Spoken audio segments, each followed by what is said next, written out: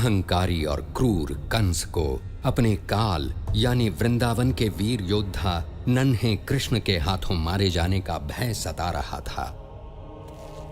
मैं संसार का कोना कोना छान मारूंगा और तुझे ढूंढ निकालूंगा। उसने एक के बाद एक कई भयानक राक्षसों को वृंदावन भेजा।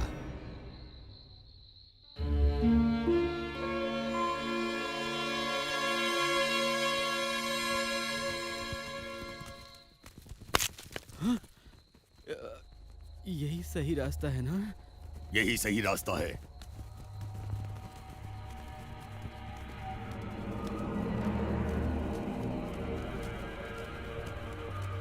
तुम गुफा के भीतर जाओ। पर यहाँ तो अग्नि दैत्य रहता है, वो तो मुझे भस्म कर देगा। चुपचाप अंदर जा, नहीं तो उठाकर फेंक दूंगा।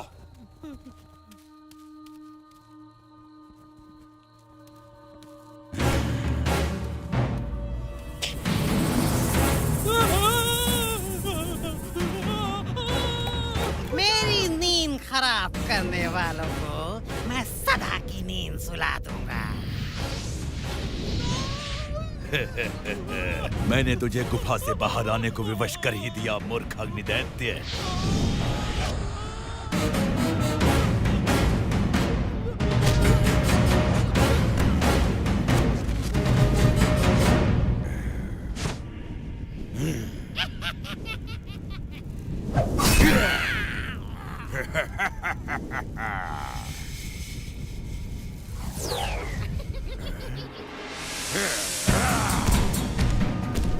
तू नर्क की अग्नि में चलेगा मूर्ख, और ये शुभ कार्य मेरी अग्नि से ही होगा।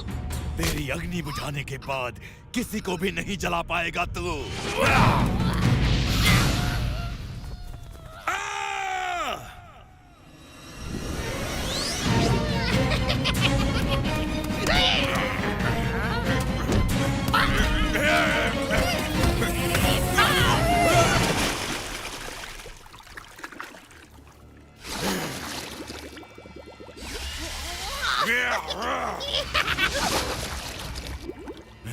इस बार तू हार गया अग्निदैत्य।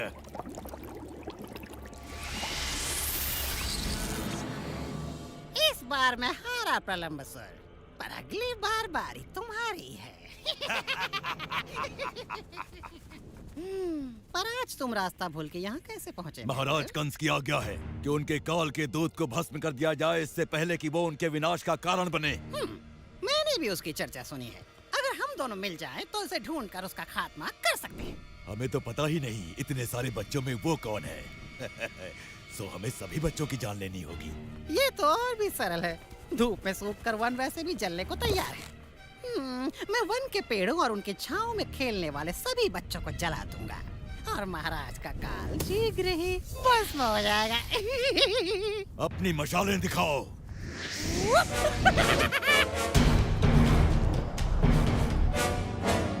चलो मुंजावन।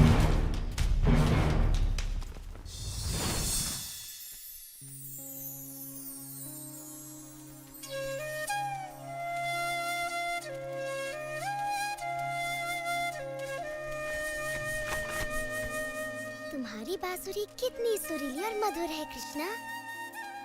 हाँ, ये पेड़ भी इसे सुनकर प्रसन्न है।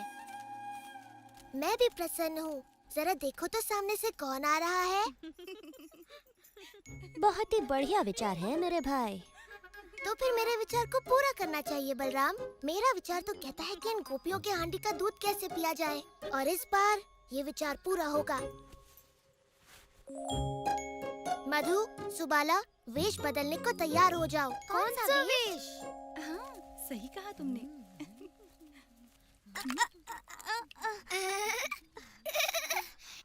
ऐसे तो तुम्हारी मटकी गिर जाएगी विशाखा। वो देखो राधा ने अपनी मटकी कैसे संभाली है। ओह, राधा तो वृंदावन की रानी है, उसका तो सारा काम सही होता है। जल्दी जल्दी चलो, कहीं ऐसा ना हो कि रुको, तुम इन मटकों में क्या छुपा कर ले जा रही हो? वही है जो हम कल लेके जा रहे थे जब तुमने हमें रोका था। और परसों भी, और उससे भी एक दिन पहले। आहा, तो तुम खजाना छुपा कर ले जा रही थी। ये कोई खजाना नहीं है, माखन है, माखन। हाँ, माखन। ओ, उस पर कर चुकाना पड़ेगा मेरे पेट के लिए, मेरा मतलब मेरे महाराज के लिए। कितनी बार कहा है तुमसे, हम तुम्हें कोई कर नहीं देंगे। तुम भेष बदलकर हमें मूर्ख बनाने का प्रयास ना करो। हमें पता है तुम कौन हो। तुम हमें नहीं जानती, हम हैं महाराज के प्रिय दूत। यदि हमें हमारा कर नहीं मिला, मेरा मतलब राज्य का कर, तो तुम्हें बड़ा दंड भोगना पड़ेगा।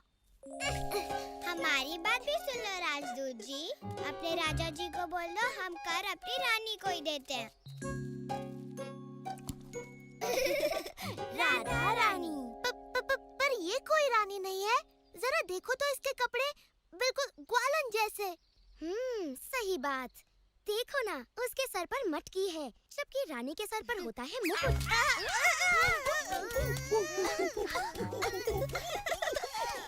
और तुम्हारे सर पर बंदर का मुकुट। बंदर मुकुट वाला बंदरों का राजा।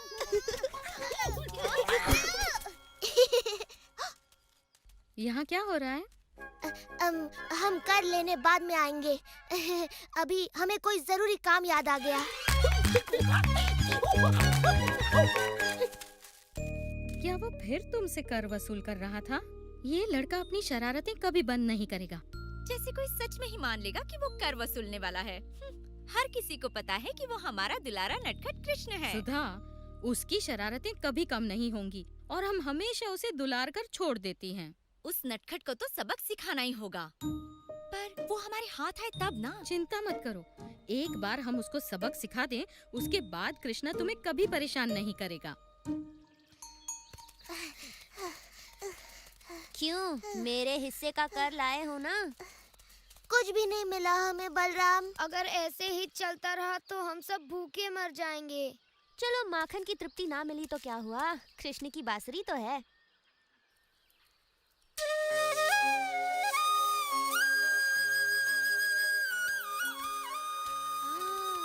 तुम्हारी बांसुरी सुनकर मन ऐसे प्रसन्न हो रहा है जैसे मेरा पेट मक्खन खाने के बाद हो जाता है। वाह, कृष्ण की बांसुरी सुनकर अब कुछ नया खेल खेलने का मन कर रहा है।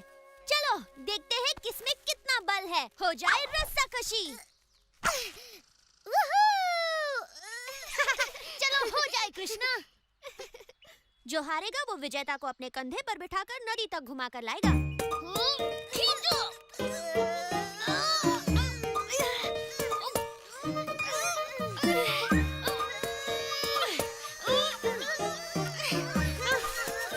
तुम लोग बस मरने वाले हो।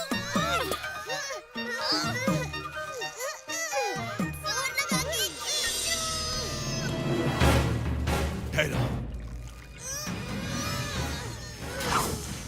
मिल गए बच्चे।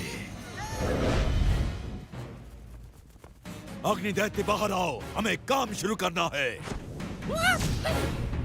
इनमें से ही कोई एक वो काल है। ओह, मेरा दिल तो धड़क गया। चलो इन सारे बच्चों को अपनी आग में भून देता हूँ। रुको, अगर तुम ऐसे जाओगे तो वो भाग जाएंगे। पहले मैं उनको वन की ओर लेकर आता हूँ, फिर तुम सही समय की प्रतीक्षा करना और सारे पेड़ों में आग लगा देना। तब उनका वहाँ से जीवित निकलना असंभव होगा। वाह, बड़ी भभकती योजना है प्रलंबासुर। वन की ओर चलो। अब मेरे हाथों मरने से तुम्हें कौन बचाएगा?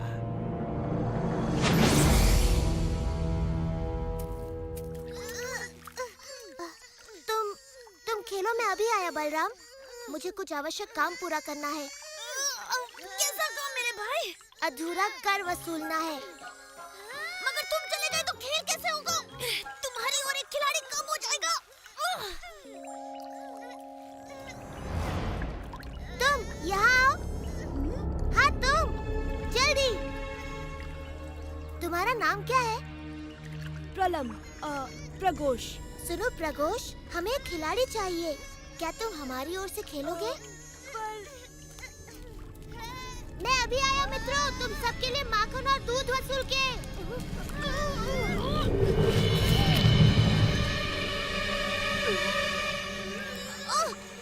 मुझे इन बच्चों को पहले वन की ओर भेजना होगा ताकि अग्नि दैत्य अपना कार्य पूरा कर सके।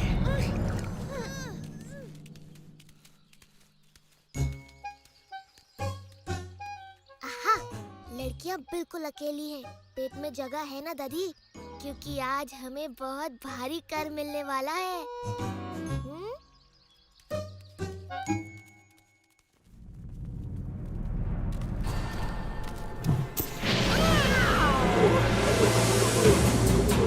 ये जगह बढ़िया है।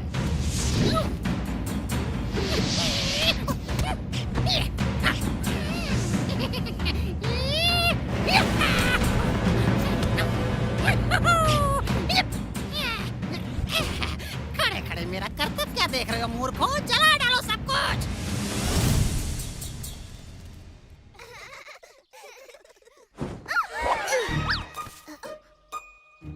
बस बहुत हुआ।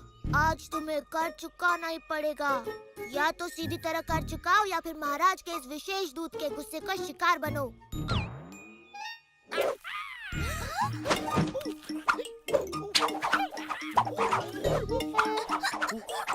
रोको इस दूत को, हम कर चुकाने को तैयार हैं। रुक जाओ। अब की तुमने समझदारी की बात। चलो अपना कर निकालो।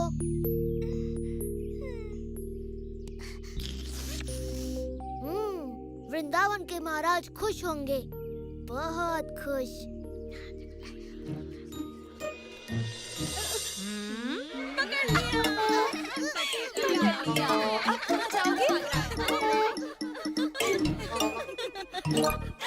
तो महाराज के विशेष अधिकारी, आपको आपका कर मिल गया। अब हम अपना कर वसूल करेंगे और यशोदा को बताएंगे कि कृष्णा बेचारी लड़कियों का सारा दूध माखन लूट लेता है। उसे बड़ा गर्व होगा कि उसका सपूत कृष्णा अब गायें चराना छोड़कर महाराज का विशेष अधिकारी बनकर कर वसूलता है। रुको, मैया को मत बताना, वो मुझ पर गुस्सा करेंगी। गुस्सा तो वो करेंगी ही। छोड़ो, मुझे जाने दो। आज के बाद मैं वेश बदलकर किसी को तंग नहीं करूँगा। उसकी जरूरत नहीं पड़ेगी, क्योंकि हम तुम्हें सिखाएंगी कि दूध मक्खन ले जाने के लिए कैसे वस्त्र पहनने चाहिए। क्या कहती हो चंद्रिका? हाँ, ये तो आवश्यक है। चलो चलो शुरू करो। वो लोग थक गए। जोर से खींचो मित्रों। हम जीत गए। हम जीत गए। चलो आ जाओ नदी तक हमें अपनी सवारी कराने। चलो, खड़े रहकर मेरा मुंह मत देखो। चलो चलो सवारी कराओ, घुमा कर लाओ। मैं किसी को सवारी नहीं कराऊंगा। मेरी सवारी करेगा केवल बलराम। मेरी सवारी अब सीधे मृत्यु द्वार पर जाकर रुकेगी। अरे हाथी की तरह नहीं, घोड़े की तरह दौड़ो। घोड़े की तरह तेज और तेज।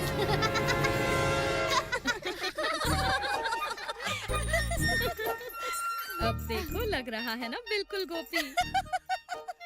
यशोदा को कोई इसका ये रूप दिखाओ। ओ, मुझे जाने दो। पर तू तो बड़ा सुंदर लग रहा है। बिल्कुल यशोदा की सुंदर सी बिटिया लग रहा है ये। शायद मेरा पुत्र सुबाला तुमसे विवाह कर ले, तब तो तुम मेरी भी पुत्री बन जाओगे। मैं वचन देता हूँ, आज के बाद मैं कोई शरारत नहीं करूँगा, सच्ची। हाँ हाँ चले जाना, ये कर दो, लेते जाओ। तुम्हारा मन भर गया? इस तरह मुझे लज्जित करके तुम सब प्रसन्न हो गए ना? अब तो मैं जा सकता हूँ। जाने से पहले हमें नृत्य नहीं दिखाओगे? चलो दधी, बाजा बजाओ।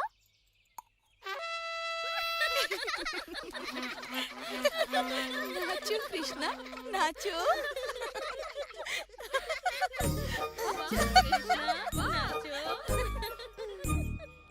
ठहरो, ठहरो, ठहरो। लगता है तुम रास्ता भूल गए। नहीं बलराम, मुझे पता है हम कहाँ पर हैं। प्रगोष, ये तुम कर क्या रहे हो?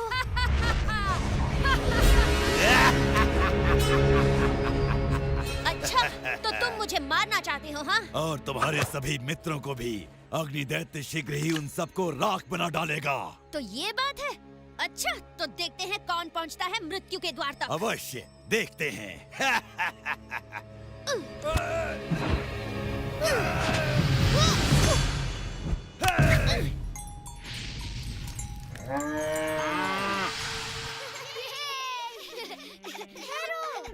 वो देखो।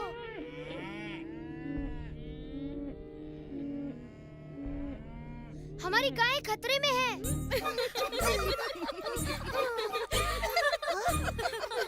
तुम रुक क्यों गए? अभी तुमने अपना पूरा कर नहीं चुकाया। तुम्हें कुछ सुनाई दिया? वो देखो।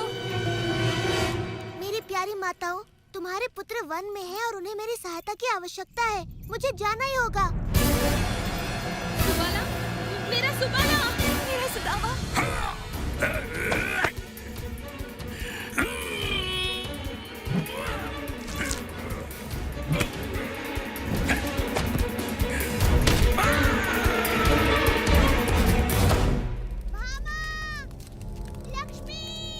हमारी गाय कहाँ है?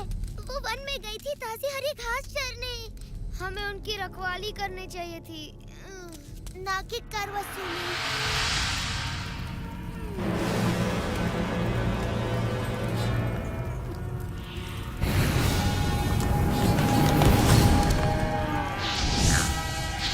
वो वन की आग में फंसी है। गाय भयभीत है। मैं उन्हें वापस बुलाता हूँ।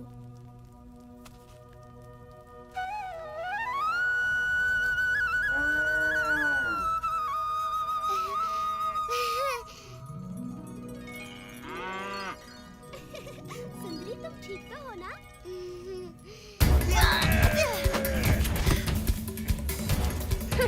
अब होगा इसका काम तमाम।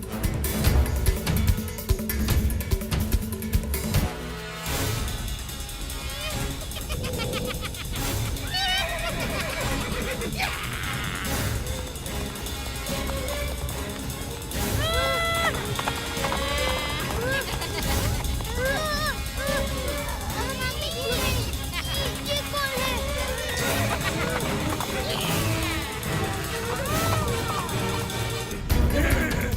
अरे टोप को मत उतारना, तुम्हारी भद्दी शक्ल देखकर बेचारे पशु डर जाएंगे। अब तू नहीं बचेगा दुष्ट बालक। बहुत मजाक कर लिया तूने प्रलंबसुर के साथ। हम मजाक करके ही धूल चटाते हैं। अब मैं तुझे चींटी की तरह मसल डालूंगा दुष्ट।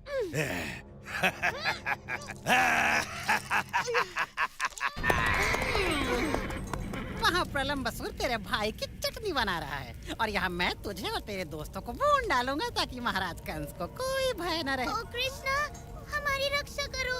डरो मत मित्रों, मेरे रहते तुम्हारा बाल भी बांका नहीं होगा। अब मेरी बात सुनो, तुम घास पर लेट जाओ और मन में सोचो कि सुबह की ठंडी ठंडी हवा तुम्हें छू रही है।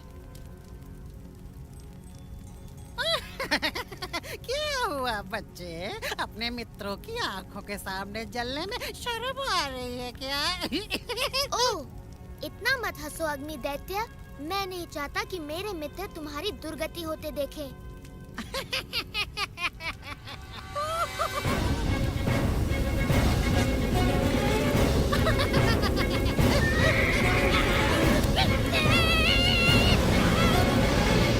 तेरा अंत आ गया। महाराज कंस प्रसन्न होंगे। ज्यादा प्रसन्न मत हो राक्षस, तेरा कंस बहुत ही दुखी होगा जब उसे पता चलेगा कि तेरा वध एक बालक ने किया है।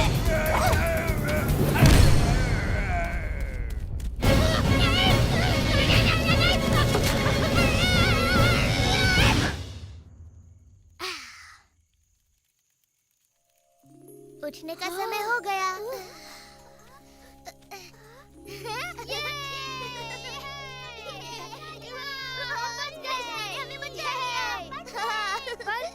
बलराम कहाँ है? अग्नि दैत्य ने कहा था कोई राक्षस उसे मार डालेगा। तुम लोग उस अंगीठी की बातों में आ गए। अरे वो तो खूब धुआंधार झूठ बोल रहा था।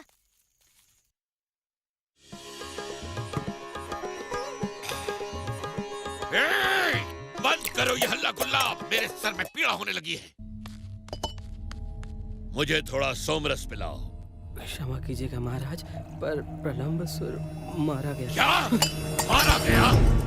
जी महाराज, ठीक तरह से पता नहीं, किंतु समाचार है कि उसका संहार आपके कालदूत के ही हाथों हुआ है। आकाशवाणी सत्य थी। यदि मैंने उसे नहीं मारा तो वो मेरा काल बन जाएगा। कोई तो होगा जो उस बालक को मार सके इससे पहले कि वो मेरा काल बने। मेरे पास एक उपाय है महाराज। अरिस्तासुर नामक एक बड़ा ही शक्तिशाली दैत्य है जो अपने सींगों से बड़े बड़े पर्वतों को जड़ से उखाड़ फेंकता है। हाँ, वो सच में बड़ा शक्तिशाली है। यदि मेरे काल का कोई काल बन सकता है तो वो है अरिस्तासुर। उसे तुरंत बुलाया जाए, शीघ्र।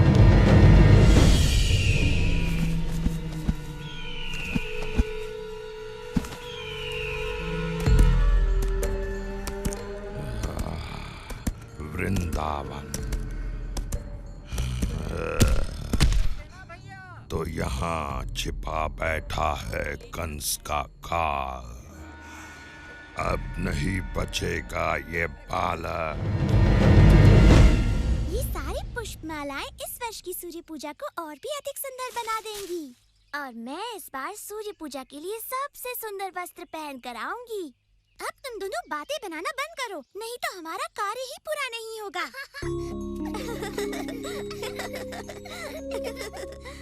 राधा, ये क्या कर रही हो?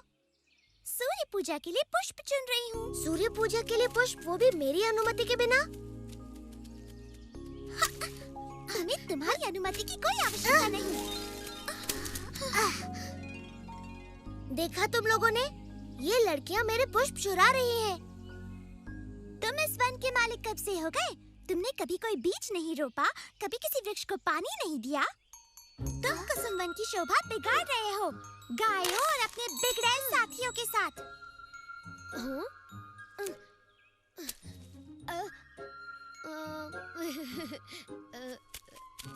तुम होती कौन हो निंदा करने वाली मुझ जैसे सदाचारी सज्जन की? हाँ, सज्जन और सदाचारी कृष्ण, जिसने जन्म होते ही एक नारी के प्राण हर लिए। पूतना एक दुष्ट राक्षसी थी जो कृष्णा को मारने आई थी। और बचपन में सबके घरों से माखन चुराकर अपनी मैया से कितनी सरलता से झूठ बोलता था। हाँ, बड़ा स्वादिष्ट होता था वो। और जब ये थोड़ा बड़ा हुआ तो स्नान करती बेचारी गोपियों के वस्त्र चुराने में भी इसे लज्जा नहीं आई।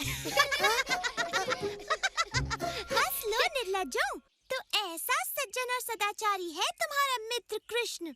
बोल लिया तुमने, अब मेरी बात। इनसे लड़कर और अधिक अपमानित होना पड़ेगा कृष्णा। कृष्णा माखन चोर, कृष्णा माखन चोर, कृष्णा माखन चोर, कृष्णा माखन चोर। आजकल मेरी सज्जनता का कोई महत्व ही नहीं रह गया। चलो, गायों को किसी और स्थान पर ले जाए।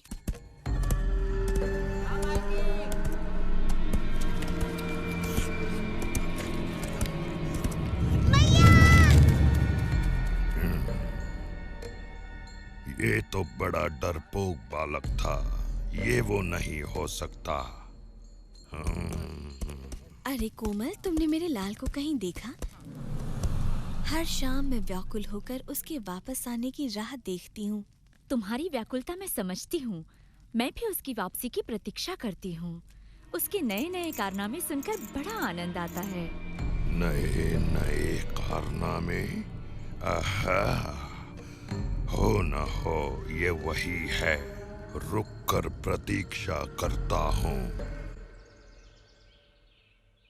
ललिता, विशाखा, देखो यहाँ के पुष्प कितने सुंदर हैं, परंतु वहाँ तक मेरा हाथ ही नहीं पहुँचता। ये कैसी आवाज है? किसी गाय के गले की घंटी होगी। सो जाओ भाई।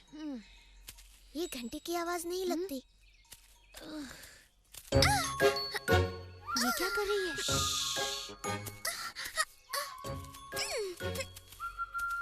क्या करने का विचार है तुम्हारा? राधा से अपने अपमान का बदला। हमें और पुष्प चाहिए राधा। चिंता न करो, मैं कोशिश कर रही हूँ। ये डाल तो झुक गई। लगता है ईश्वर मुझ पर प्रसन्न है।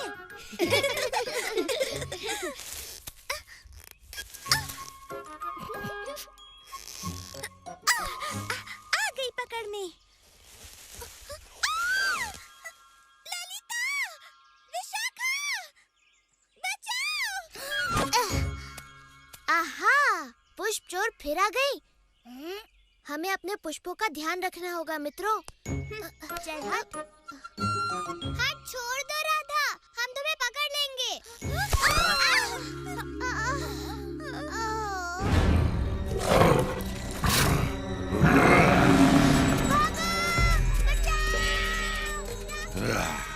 इनमें से कोई नहीं, परंतु यदि कंस का काल इतना पराक्रमी है जितना कि मैंने सुना है, तो अपने गांव को विपत्ति में देख दौड़ा चला आएगा।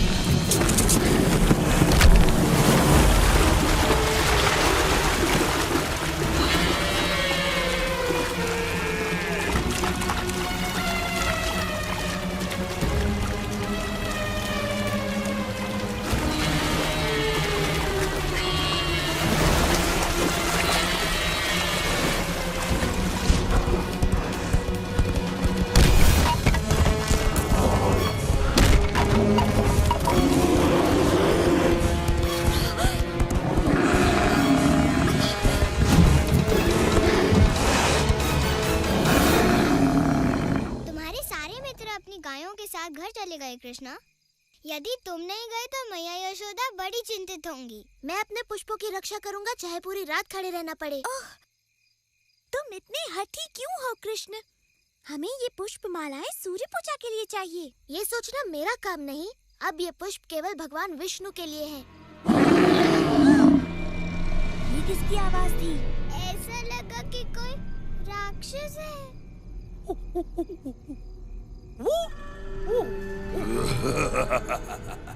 आओ कृष्णा, बचा लो अपना प्रिय वृंदावन।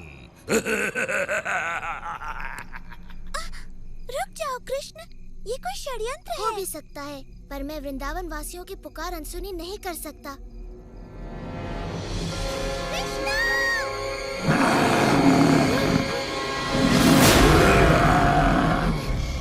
ये दुष्ट सांड अवश्य ही कोई राक्षस है। तुमने उसे क्रोधित कर दिया है।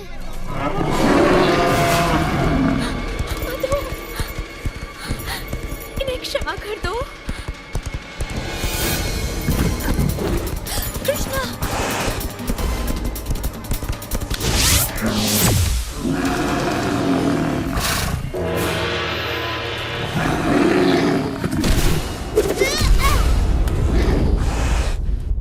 मैया, डरो मत सुबाला, ये तो बस एक साधारण सी गाय है। कहो तो वन में इसे भी घास चराने ले जाओ।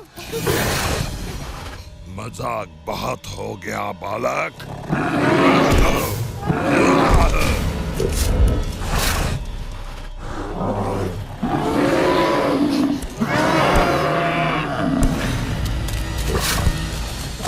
तुम कोई राक्षस नहीं हो, एक नीच और अधर्मी पशु हो। तुमने वृंदावन वासियों को क्यों भयभीत किया हुआ है? यदि मुझसे लड़ना चाहते हो तो एक राक्षस की तरह लड़ो, किसी कीड़े की तरह नहीं।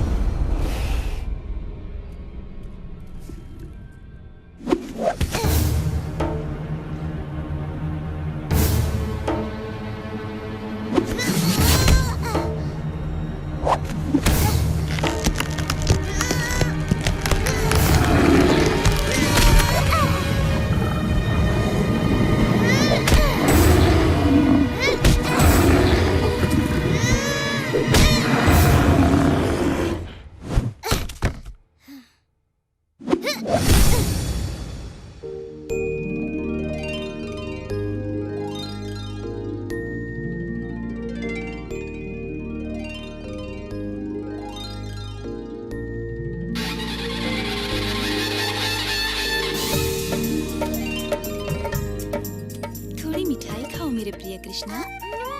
धन्यवाद। एक और? स्वादिष्ट। नहीं नहीं बस और नहीं। कृष्णा मेरे हाथ से भी। अच्छा बस एक और। आप लोग भी खाइए ना।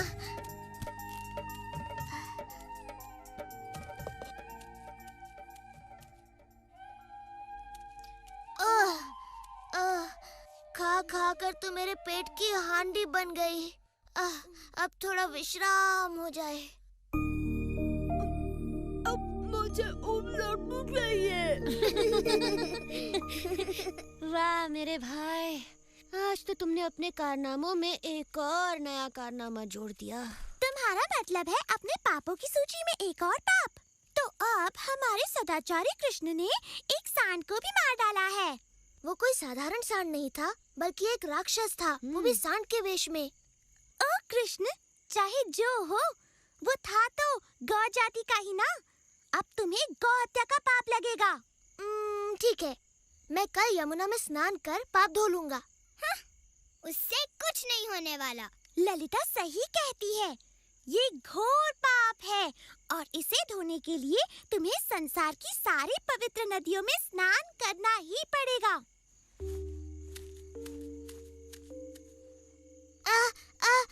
मुझे एक अच्छा उपाय सूझा है।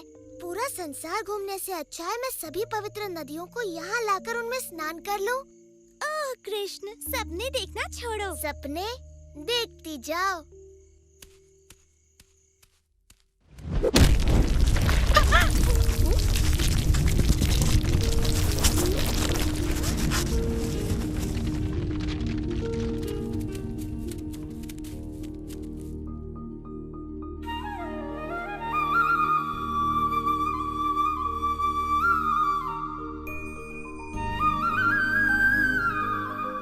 मैं हूँ गंगा, पर्वतों के राजा, हिमवान की पुत्री।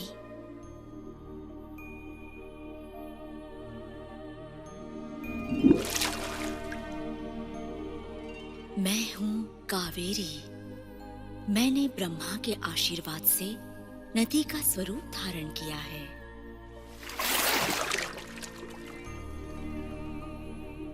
मैं गोदावरी हूँ।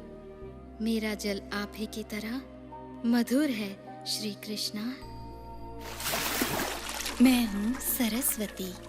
मेरा नाम सदा वेदों, संतों और भगवान विष्णु के साथ लिया जाता है।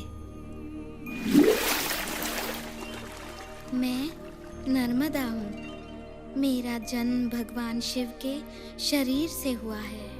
और मैं हूँ आपकी प्रिय यमुना, सूर्य देव की पुत्री, यम की बहन। आपके स्पर्श मात्र से मैं पवित्र हो जाऊंगी। कृपया मेरे जल में प्रवेश करें। ये मेरा सौभाग्य होगा।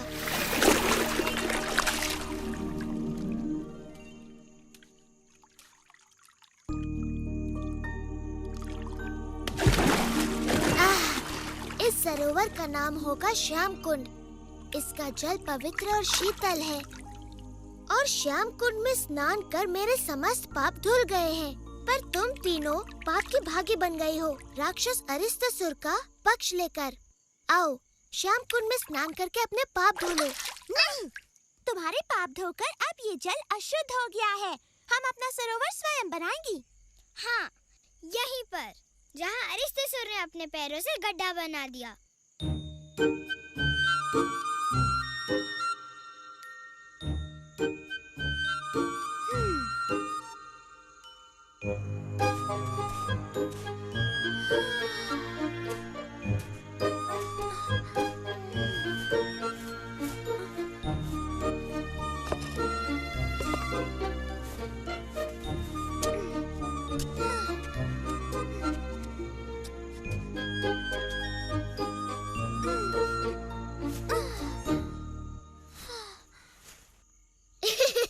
बड़ा सुंदर गड्ढा खोदा है तुमने राधा, पर इसमें जल तो दिख नहीं रहा। जल भी आएगा। यदि वर्षा की प्रतीक्षा कर रही हो तो फिर भूल ही जाओ। मेघ का एक छोटा सा टुकड़ा। तो तुम तीनों ने निश्चय कर लिया है कि तुम्हें मेरा अशुद्ध जल नहीं चाहिए? नहीं, बिल्कुल नहीं। हम मानसी गंगा से अपना शुद्ध जल लाएंगी।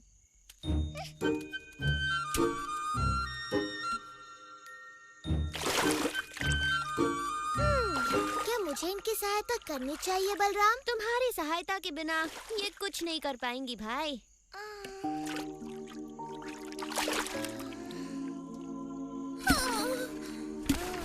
यह असंभव है।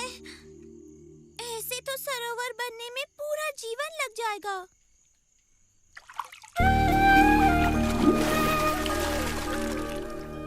ओ राधा, तुम तो थक गई और निराश हो गई हो। हमें सेवा का अवसर प्रदान करो। हम तुम्हारा ये सरोवर अपने पवित्र जल से भर देंगे। जी, धन्यवाद। हमारे पास और कोई रास्ता नहीं।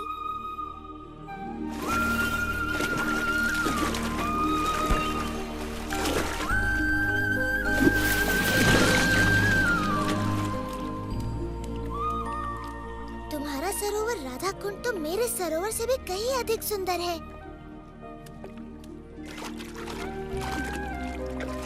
ये सरोवर सदा मेरा प्रिय रहेगा और मैं यहाँ प्रतिदिन स्नान करूँगा। तुम्हारा सरोवर भी बड़ा सुंदर है कृष्णा। मैं प्रतिदिन यहाँ अपनी सखियों के साथ स्नान और जल क्रीड़ा किया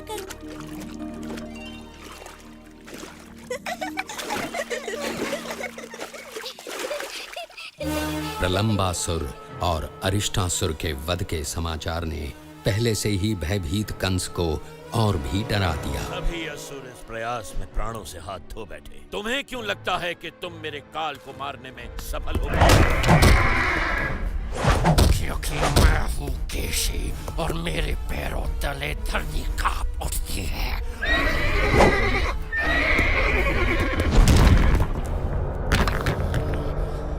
मैं आपके काल को ढूंढ निकालूंगा महाराज कंस, और उसे अपने पैरों तले रोन डालूंगा।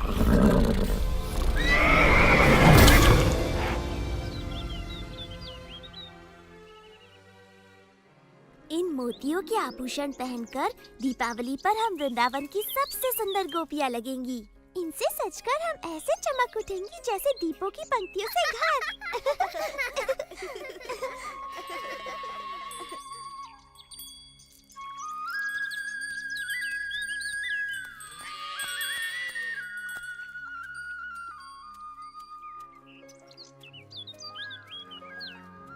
तुमने देखा ये लड़कियां मुझे किस प्रकार अनदेखा कर रही हैं बलराम? तुम्हारे सुंदर रूप के चकाचौंध में अंधी है मेरे भाई, तभी अनदेखा कर रही हैं। वो तो है ही, पर मेरे विचार से वो नहीं चाहती मैं उनके मोतियों के आभूषण देखूं जो वो दीपावली के लिए बना रही हैं। चलो देखते हैं क्या ये हमारे साथ अपने आभूषण बांटने को तैयार है।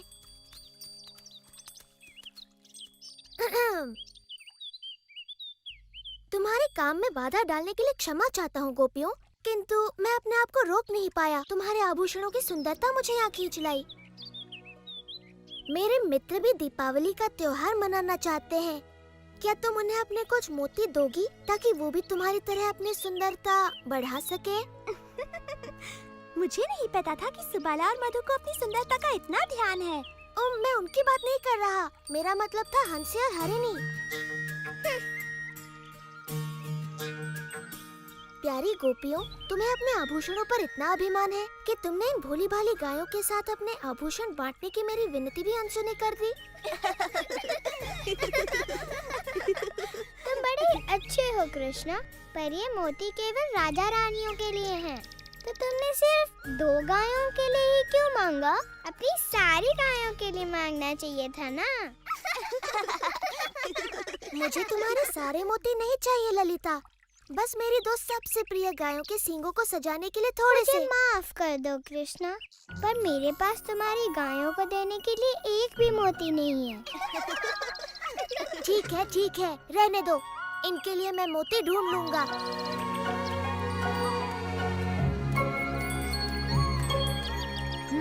उन्होंने मना कर दिया। हाँ? ना तो गायों के लिए कोई सम्मान है, ना मेरे लिए। एक बार मैं इनकी बुद्धि ठिकाने लगा दूं, तब समझ में आएगा। मोतियों का वृक्ष मोतियों का कोई वृक्ष नहीं होता कृष्ण। विश्वास करो मैया, यदि तुम मुझे मोती दोगी तो उन्हें बोकर मैं इतने मोती उगाऊंगा कि हम अपनी सारी गायों को दीपावली पर मोतियों से सजाएंगे। ओ मेरे नन्हे कृष्ण, मोती फलों की तरह नहीं उगते, वो बनते हैं सुदूर समंदर की सीपियों में। प्यारी मैया, मुझे थोड़े से मोती दे दो ना। वचन देता हूँ 3 दिनों में वो उगाएंगे और तुम्हारे पास पहले से कहीं अधिक मोती होंगे। मैं तुम्हें कभी भी ना नहीं कह सकती मेरे दुलारे कृष्ण। मेरी प्यारी मैया, धन्यवाद।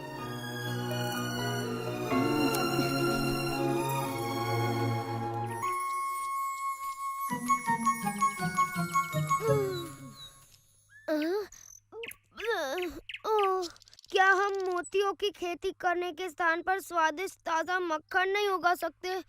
मूर्खों की तरह बात न करो मधु, मक्खन पेड़ पर नहीं लगता, तुम्हारे पेट पर लगता है।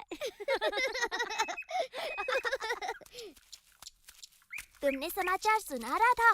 वृंदावन में सभी एक नए किसान की चर्चा कर रहे हैं। अच्छा, वो जो मोतियों की खेती कर रहा है। तुम मेरे कंगन बोकर मेरे लिए नए कंगन उगा दो ना कृष्ण। एक बार मेरे खेत में मोतियों की फसल आ जाने दो, फिर देखते हैं कि कौन किस पर हंसता है। कृष्णा, क्या हम लड्डुओं की भी खेती कर सकते हैं? नहीं मधु, पर तुम्हारे विचार से एक योजना सूझी है। तुम्हारे और सुबाला के लिए एक काम है।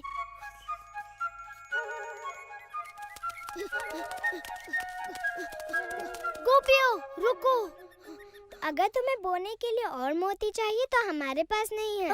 हमारे पास सुंदर से मोती हैं, लेकिन कृष्णा ने पूछा है क्या तुम हमें थोड़ा सा दूध दे सकती हो?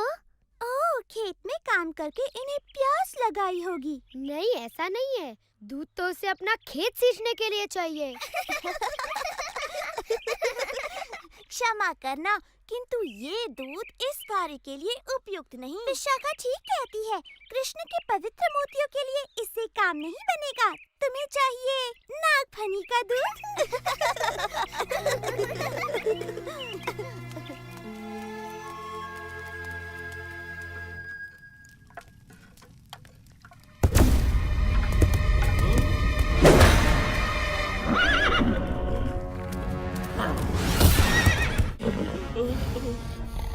वो दिखने में कैसा था?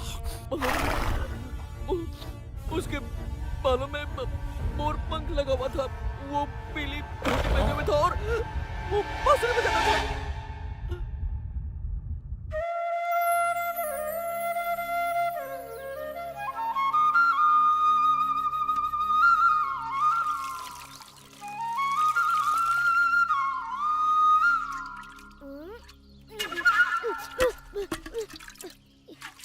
ये ठीक बात नहीं है कृष्णा। दूध मोतियों के साथ मनुष्यों को भी बढ़ने में सहायता करता है। जितनी इच्छा उतना दूध पी लेना मधु। बस एक बार तुम जैसे गोल मटोल मोती उग जाए। कृष्णा, देखो, मोती अंकुरित होने लगे। मोती अंकुरित होने लगे। इनकी सुगंध अद्भुत है। भंवरे भी इनकी सुगंध से मदमस्त हो रहे हैं। ये अद्भुत सुगंध कहाँ से आ रही है? तुम्हारे मोतियों से मैया, वो उगने लगे। उग तो रही है, परंतु मोतियाँ नहीं, कांटे। कृष्णा, देखो, एक मोती खिला। ये तो हमारे हुए मोतियों से कहीं अधिक सुंदर और बड़े हैं। हम धनी हो गए। हम धनी हो गए। ये अवश्य कृष्ण का कोई छल है। ये नकली मोती हैं। मैंने आज तक ऐसे सुंदर मोती नहीं देखे। इतनी सारी मोती, कितनी सुंदर है। इसी का भय था। कृष्ण की मोतियों के सामने हमारे मोती फीके दिखने लगेंगे। अगर हम उसे कुछ मोती मांगे तो वो बिल्कुल भी मना नहीं करेगा। हमारा दुर्व्यवहार देखकर अब वो हमें मोती तो नहीं, ताने अवश्य देगा। इस दीपावली पर हम सबके हास्य का पात्र बनेंगे। ऐसा नहीं होगा। हमें पता है कृष्ण ने मोती कैसे उगाए हैं। ये बड़ा सरल है। हम भी मोतियों की खेती करेंगी हाँ, और हमारे मोती उसके मोतियों से अधिक सुंदर होंगे। क्या तुम लोग पागल हो गई हो? कृष्णा ने ऐसी सरलता से कर लिया, तो क्या तुम भी कर लोगी? उसने तो गोवर्धन भी उठा लिया था, तो क्या तुम भी उठा लोगी? मोतियों की खेती आसान नहीं है, देवताओं के लिए भी। कृष्णा तो हमेशा ही ऐसे चमत्कार करता रहता है, पर क्या तुमने कभी एक भी चमत्कार किया है? मोतियों की खेती कोई चमत्कार नहीं है, इसमें कृष्ण की कोई माया नहीं। वृंदावन की दिव्य भूमि है ही इतनी उपजाऊ। हाँ, हमारे वृंदावन की दिव्य भूमि यमुना के जल की तरफ अद्भुत है। हम मोती बोएंगे और दूध के साथ साथ उन्हें घी और माखन से सींचेंगे। तब तो कृष्ण की मोतियों से हमारे मोती कहीं अधिक सुंदर और बड़े उगेंगे। आओ, रुको, बोना ही है तो ये छोटे मोती क्यों? हमारी माओ के पास बड़े बड़े आभूषण हैं। हाँ, जितने बड़े बीज उतने सुंदर फल। विशाखा, राधा, सच में माँ, तुम्हें इनसे 10 गुना मोती वापस मिलेंगे। घबराओ मत मैया, हमें अच्छी तरह पता है हम क्या कर रहे हैं।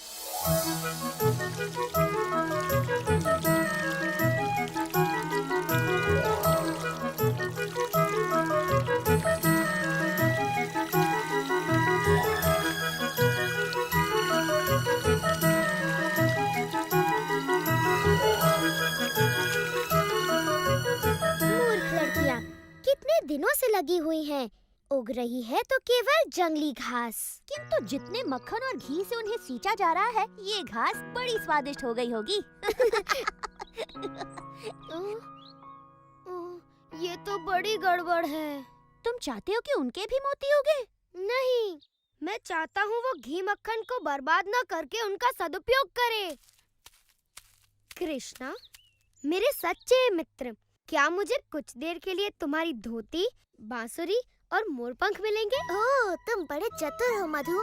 मेरे विचार से लड़कियां एक थके हारे मोतियों के किसान के साथ अपना घी माखन अवश्य बांटेंगी।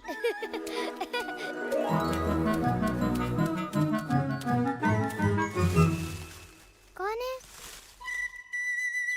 कृष्णा, यदि तुम हमसे हमारे सुंदर मोती मांगने आए हो, तो यहाँ से चले जाओ। मुझे अपना मुख दिखाने में भी लज्जा हो रही है।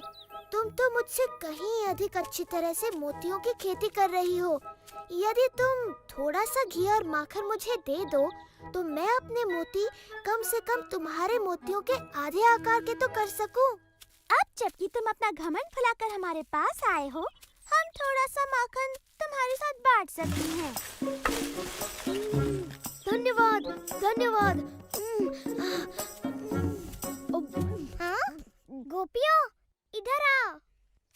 तुमने देखा हमारे मोतियों के ये पौधे कृष्ण के मोतियों से अलग हैं। ललिता सच कहती है, हमारे खेतों में तो कुछ भी नहीं उगा, सिर्फ कांटों वाले पौधे उगे हैं। ये बात किसी को पता न चलने पाए, विशेष तौर पर माताओं को।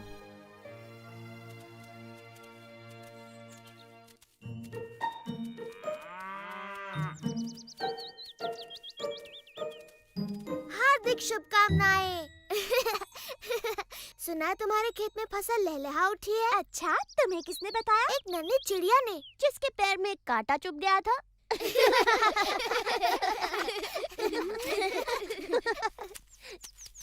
चलो मित्रों, त्योहार के लिए अपनी गायों को सजाया जाए।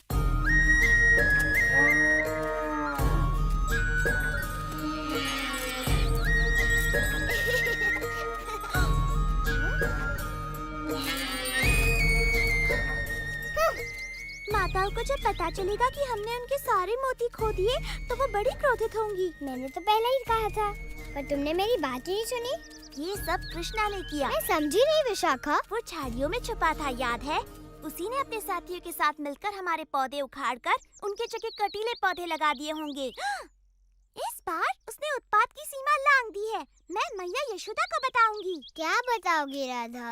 कि कृष्णा ने इतने सुंदर सुंदर मोती उगाए कि उससे सुंदर मोती उगाने के लिए तुमने अपनी माँ के मोती भी खो दिए। ललिता ठीक कहती है, कृष्ण ने हमें छला हो या हमने स्वयं को छला हो, हमारी परिस्थिति वही है। हमारे पास एक भी मोती नहीं है। यदि हमारी माताओं को पता चला तो वे हमें कभी क्षमा नहीं करेंगी। परंतु वृंदावन में मोती मिलना इतना सरल नहीं है। हम कहाँ से लाएंगे? हमारे पास और कोई चारा नहीं। हमें कृष्ण से पूछना चाहिए कि क्या वो अपने कुछ मोती हमें बेचेगा।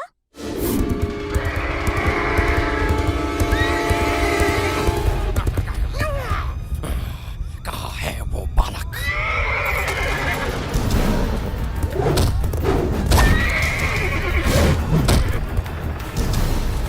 कहाँ है वो पीली धोती वाला बालक जिसके पास बांसुरी और मोर पंख भी है? मैं उसका सर्वनाश कर दूंगा।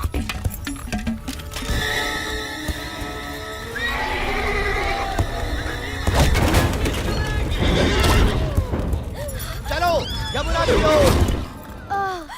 इतना सारा माखन और घी खाकर तो मेरा पेट भर गया। लगता नहीं कि मैं महीने भर तक और कुछ खाऊंगा।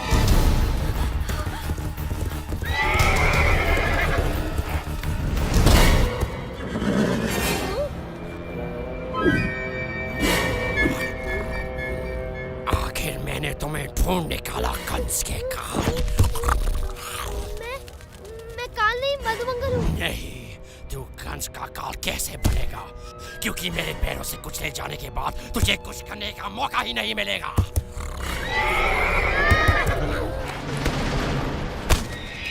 तुम जिसे ढूंढ रहे हो वो मैं हूँ।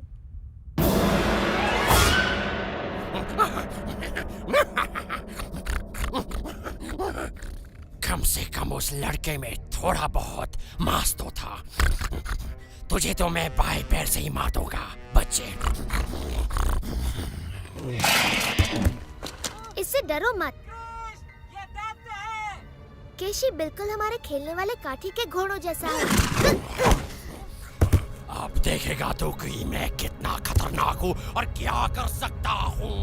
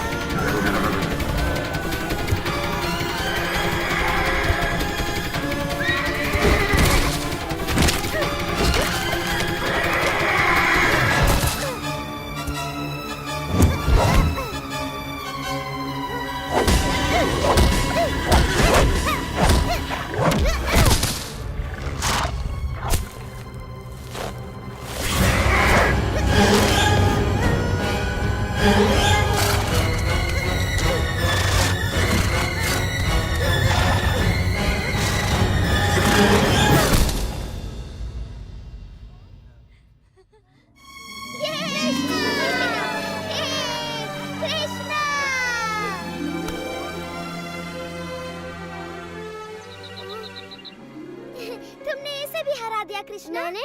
मैंने इसे मारा? पूरी तरह तो नहीं मेरे मित्र, परंतु भेष बदलकर वीरता पूर्वक इसे मुझ तक तो तुम ही लाए। मैं अब कभी भी तुम्हारा रूप नहीं धरूंगा कृष्णा। चाहे जितना भी घी माखन मुझे खाने को मिले। बहुत सही कहा मधु, ये राय दुरुस्त है।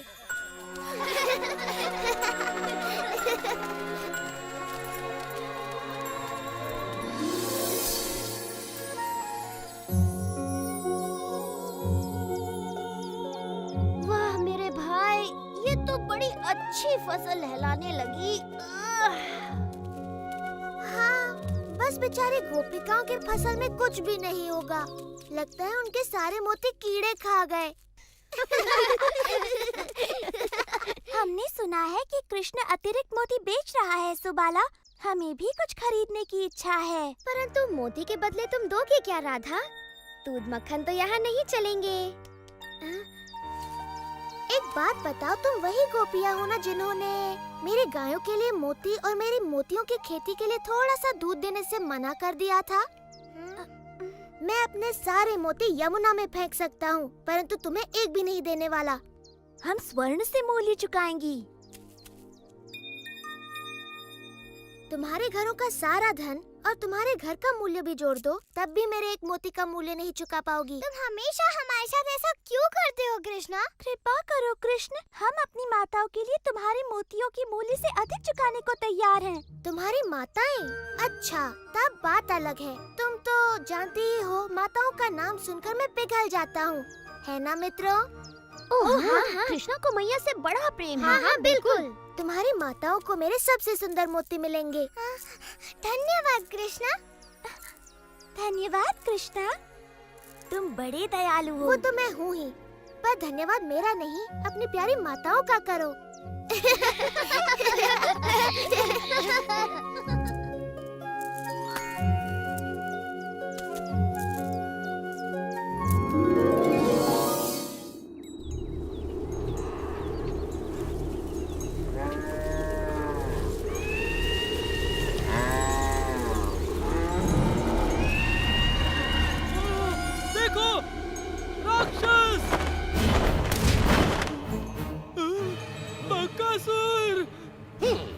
मुझे बड़ी भूख लगी है और मुझे गर्मा गर्म खाना चाहिए।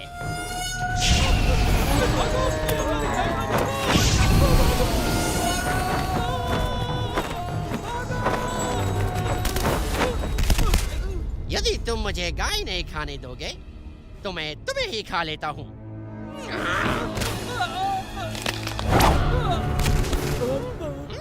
मेरे भोजन में बाधा डालने का साहस किसने किया?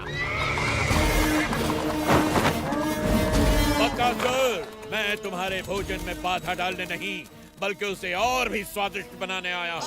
और ये आप करेंगे कैसे महाराज कंस, जबकि आपने तो मेरे भोजन को भगा ही दिया। मैं तुम्हें अवसर दे रहा हूँ कि तुम मेरे काल को मारकर उसके स्वादिष्ट नर्म मांस का आनंद उठाओ। आपका काल महाराज? वो बालक जिसने आपके भेजे सभी राक्षसों का वध कर दिया? आप चाहते हैं कि अब मैं उसके हाथों बलि चढ़ूं? ये कैसा उपहास है महाराज? ये उपहास नहीं बकासुर, यदि तुम उसे मारने में सफल रहे तो मैं तुम्हारे लिए आजीवन स्वादिष्ट भोजन का प्रबंध करवा दूंगा।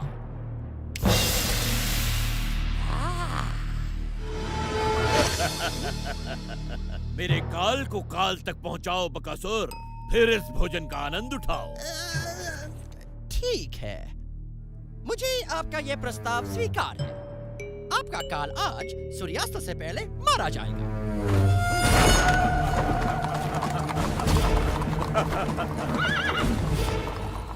कंस का काल जो भी है धन्य है, जिसके कारण हमारी गायें बच गई। सच कहा तुमने, हमारी गाय बचाने के लिए तुम्हारा धन्यवाद। हम इतनी देर से चल रहे हैं, मेरे पैर तो पत्थर की तरह भारी हो गए हैं। अगर इस सरोवर के बीच में कोई रास्ता होता तो हम लोग वृंदावन जल्दी पहुंच जाते। हमारे थके हुए पैरों को भी शीतलता मिलती। मुझे किसी ने मारा। तुम जो भी हो, इसी समय हमें सताना बंद कर दो। नहीं, रुक जाओ। नहीं, बस करो। रुक जाओ। हम राक्षस हैं, वैजयंती की गेंदों से आक्रमण करने वाले। अब तुम हमें नहीं मार पाओगे।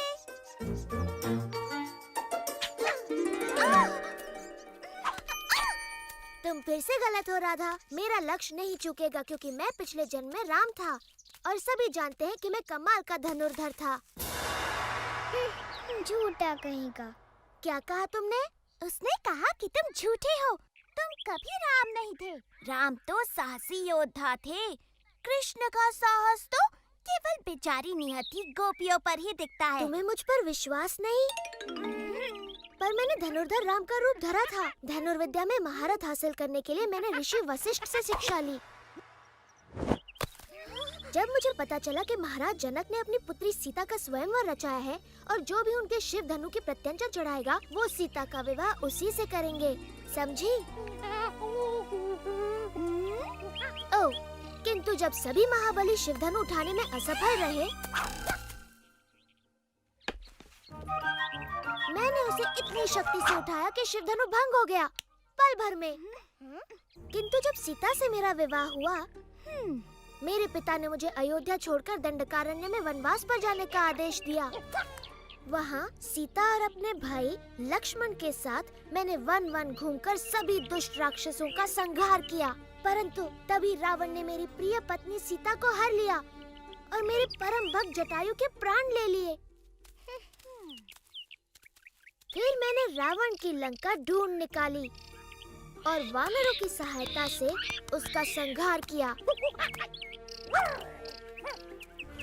और फिर अपने नगर अयोध्या लौटकर वहाँ का राज संभाला। हम सभी को रामायण पता है कृष्ण, और उस कहानी में तुम कहीं नहीं थे।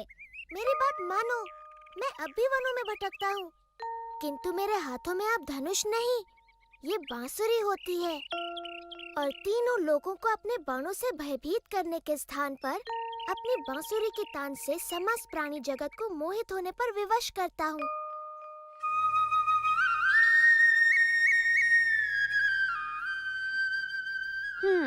मुझे नहीं लगता ये तुम पर विश्वास कर रही है भाई। कृष्णा की ऐसी बातों पे कोई भी विश्वास नहीं करेगा। यदि ये भगवान राम की तरह कोई वीरता भरा कार्य कर दिखाए तो हम इसकी बातें भी माने। यदि तुम इस सरोवर पर वृंदावन के लिए एक पुल बना सको, जैसे श्री राम ने वानर सेना की सहायता से लंका के लिए बनाया था, तो हम तुम्हारी बातों पर विश्वास करें।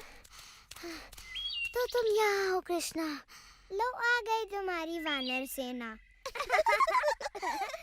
यदि तुम्हें पुल ही चाहिए तो ठीक है, बन जाएगा।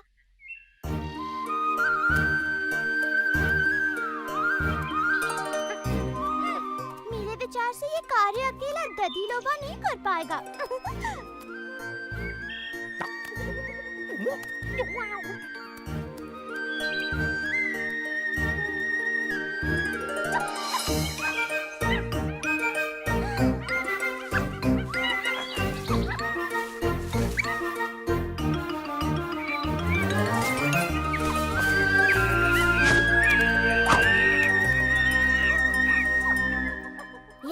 के लिए धन्यवाद मेरे मित्रों। मुझे फिर से तुम्हारी सहायता की आवश्यकता है। इन गोपियों के लिए सरोवर पर एक पुल बांधो ताकि ये सरलता से घी माखन वृंदावन ले जा सके।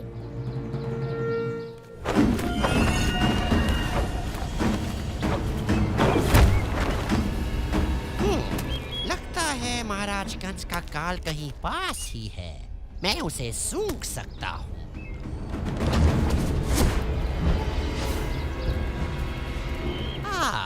ये रहा। मुझे विश्वास है कि महाराज इसी बालक की बात कर रहे हैं।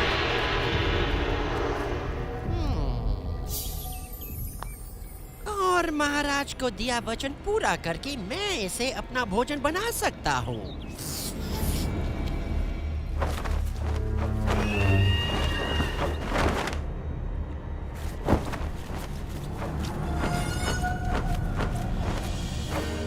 बकासुर ने कृष्ण को ढूंढ निकाला। इंद्र, क्या मैं उसे अपनी अग्नि से भस्म कर दूं? नहीं अग्निदेव, हमें कुछ देर प्रतीक्षा करनी चाहिए।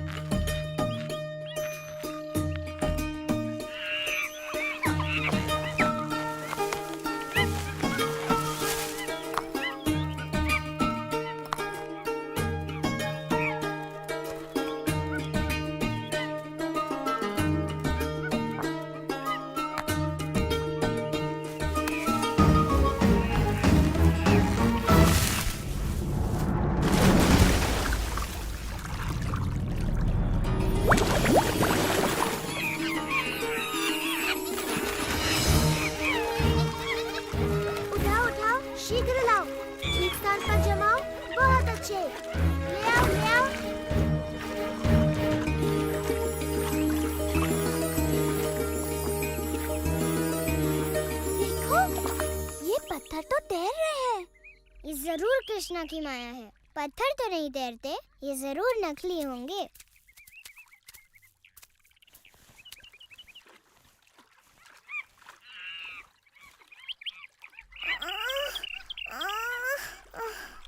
मैं नहीं उठा सकती। नहीं, कृष्णा ऐसा चमत्कार बिल्कुल नहीं कर सकता। जरूर यहाँ के सारे पत्थर तैरते होंगे।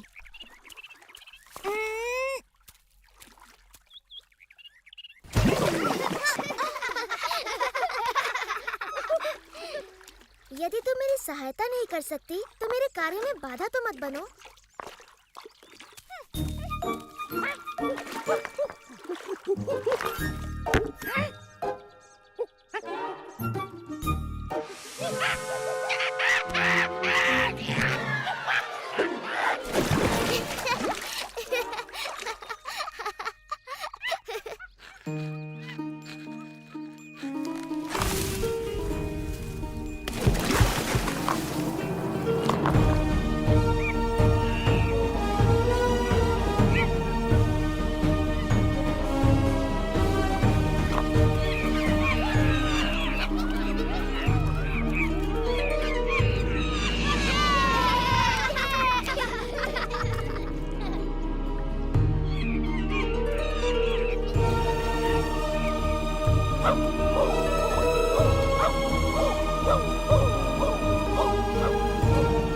तुमने कर दिखाया मेरे भाई। कृष्ण के सिवा ऐसा सुंदर पुल कोई नहीं बना सकता। कृष्णा भगवान राम जैसे ही महान है। मैं अभी नहीं मानती कि तुम पूर्व जन्म में श्री राम थे। हाँ, सच में तुम खुद ही वानरों की तरह नटखट हो कृष्ण, इसलिए वो तुम्हारा कहना मानते हैं। राधा, ललिता, अपने मटके उठाओ, हमें घर जाना है।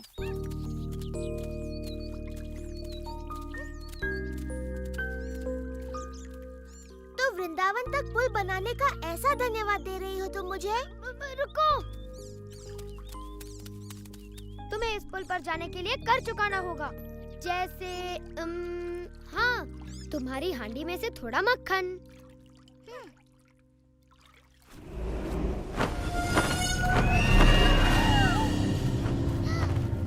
कृष्णा, देखो, वो राक्षस है। वो हम सबको खा जाएगा।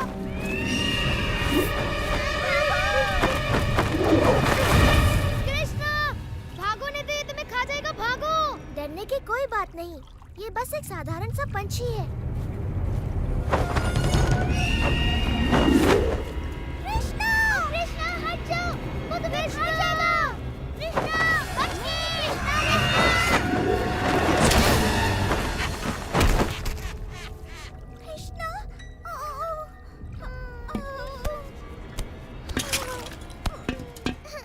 ओ कृष्णा।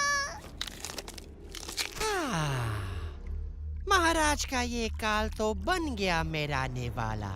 अब जीवन भर मुझे भोजन की कोई चिंता नहीं। इस राक्षस ने ये क्या किया? हमें बिना विलंब किए इस दुष्ट का संहार करके कृष्ण की रक्षा करनी होगी। ऐरावत!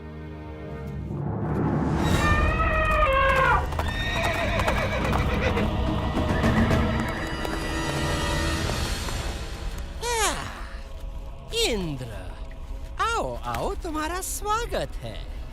मैंने ऐसा क्या कर दिया कि मुझे देवों के दर्शन होने लगे?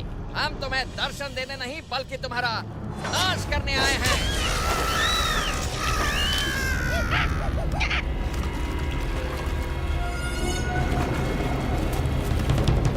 तुम्हारे किसी भी शस्त्र का मुझ पर कोई असर नहीं होगा इंद्र। मेरा ब्रह्मदंड तुम्हारा अंत कर देगा बकासुर।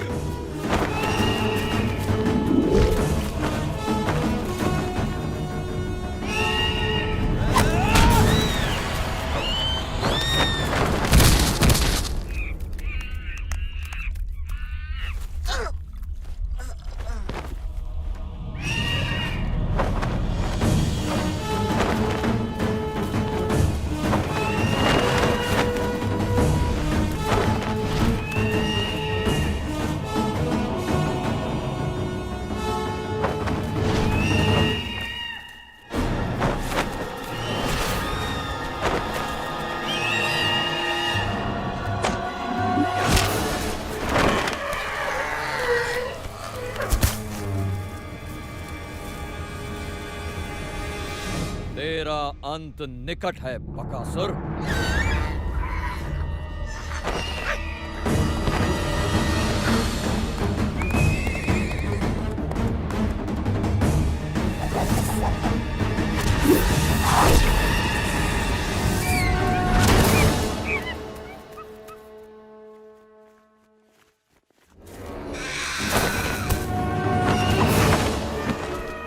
इनके प्रहारों से बच गया बकासुर, परंतु मेरी अग्नि से नहीं बच पाएगा तू।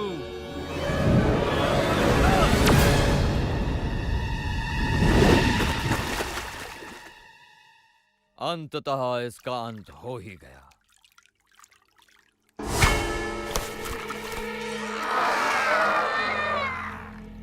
लगता है ये बकासुर अमर है। अब तो हम सिर्फ कृष्ण की वापसी की प्रार्थना ही कर सकते हैं। भाग जाओ दुष्टों, मुझे कोई नहीं मार सकता, कोई नहीं।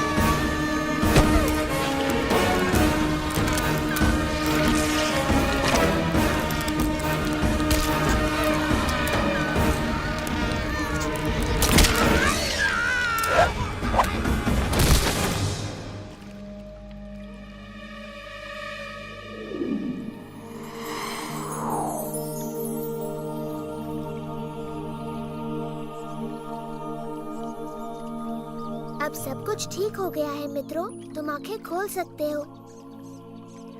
कृष्णा, ओ कृष्णा, तुमने हम सबको उस राक्षस से बचाया। कृष्णा,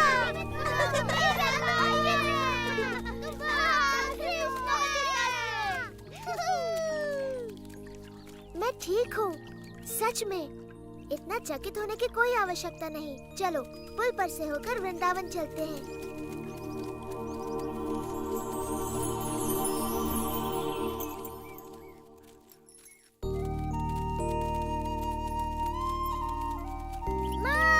माँ, क्या हुआ? पता है आज क्या हुआ?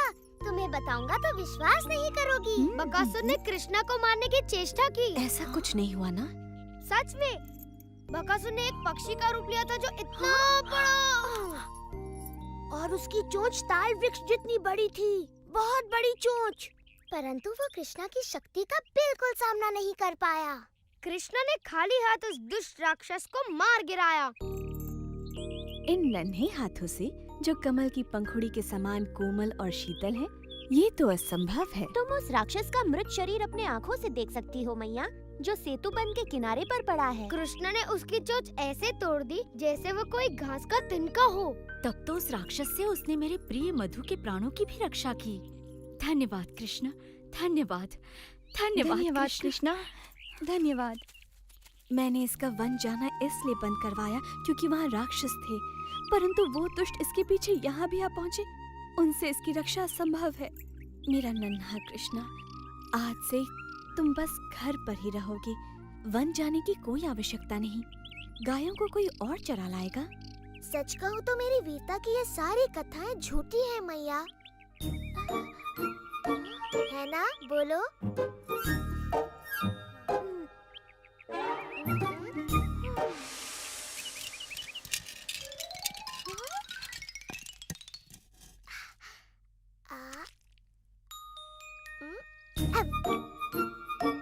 तुम्हें नहीं लगता कि ये पिछले जन्म में भगवान राम था? और इस तरह नन्हे कृष्ण ने एक वीर योद्धा होने का कर्तव्य निभाते हुए भयानक दैत्यों से अपने प्रिय साथियों और वृंदावन की रक्षा की और अपने अदम्य साहस से सभी के हृदयों को जीत लिया।